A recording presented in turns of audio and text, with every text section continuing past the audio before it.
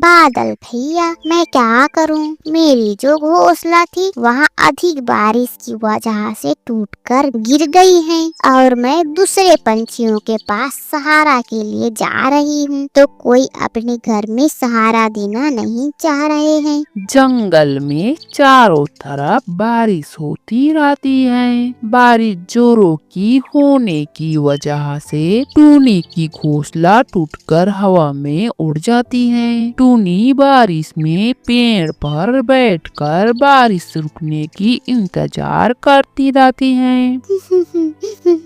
अब मैं क्या करूं? कहाँ जाऊं? मेरी घोंसला तो टूटकर उजड़ गई है और ये बारिश है कि रुक ही नहीं रही है। अगर मैं ज्यादा समय तक यहाँ ऐसे ही रुकी रही तो मेरी तबीयत खराब हो जाएगी। टूनी बारिश से बचने के लिए उड़ते हुए सीधा कालू कौवे के पास जाती है। कालू भैया दरवाजा खोलो, मैं टूनी हूँ, तुम्हारे घर के बाहर खड़ी हूँ। कालो कौवा आवाज को सुनकर बाहर निकलता है और टूनी से बोलता है, टूनी, तुम इतनी बारिश में मेरे घर के पास क्या कर रही हो? जाओ तुम अपनी घोंसला में। कालू भैया, मेरी घोंसला तो बारिश की वजह से टूटकर उजड़ गई है, मुझे आप अपने घर में बारिश रुकने तक सहारा दे दो ना। कालू कौवा टूनी की बात को सुनकर सोच में पड़ जाता है।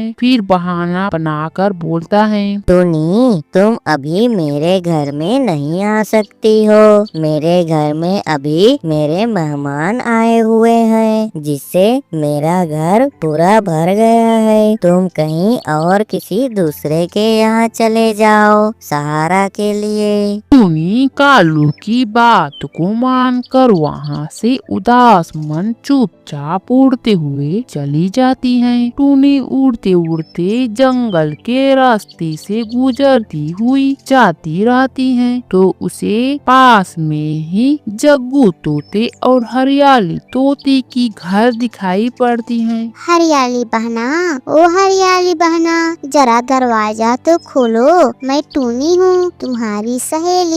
जग्गू तोता और हरियाली तोती बाहर निकलते हैं तो टूनी दिखाई पड़ती है। हरियाली बहना, इस बारिश की वजह से मेरी घोंसला टूटकर बर्बाद हो गई है, क्या तुम अपने घर में मुझे सहारा दे सकती हो क्या? टूनी की बात को सुनकर जग्गू और हरियाली वापस अपने घर के अंदर चले जाते हैं। कुछ समय बाद फिर वापस बाहर निकलते। टूनी, मेरी बिटिया बड़ी मुश्किल से सो रही हैं, तो तुम कुछ समय बाद आना, अभी तुम अपने रहने के लिए जगह देख लो। टूनी समझ जाती है कि हरियाली भी बहाना बना रही है। यहाँ जानकर टूनी वापस अपने घोंसले के पास आकर बारिश में भीगती हुई पेड़ पर बैठी रहती है। बादल टूनी को बारिश में भीगते हुए देखकर टूनी के पास जाकर बोलता है, चिड़िया रानी, सभी पंछियाँ और जानवर बारिश की वजह से अपने अपने घर और घोंसले में हैं, और तुम यहाँ इस बारिश में भीग क्यों रही हो? बादल भैया, मैं क्या करूं? मेरी जो घोंसला थी वहाँ अधिक बारिश की वजह से टूटकर गिर गई है और मैं दूसरे पंछियों के पास सहारा के लिए जा रही हूँ, तो कोई अपने घर में सहारा देना नहीं चाह रहे हैं। तो तुम इस जंगल में कहीं भी अपने घर बना कर रह लो।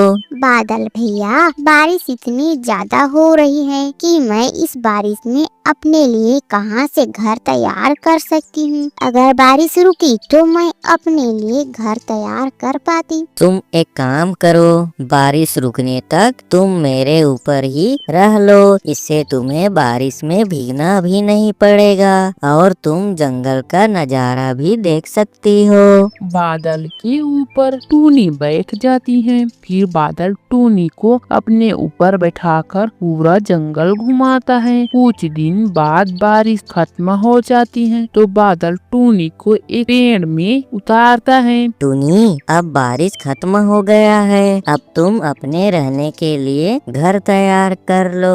बादल भैया, आपकी वजह से मैं बारिश में भीगने से बच गई। अगर आपने मेरी मदद नहीं किए होते तो मैं ठंड से मर ही गई होती। बादल वहाँ से चला जाता है। फिर टूनी दोबारा बारिश से बचने के लिए एक सुंदर सी पक्की घर तैयार करती है। फिर टूनी उस घर में बारिश की मजा लेते हुए खुशी खुशी अपने नए घर में रहने लगती है।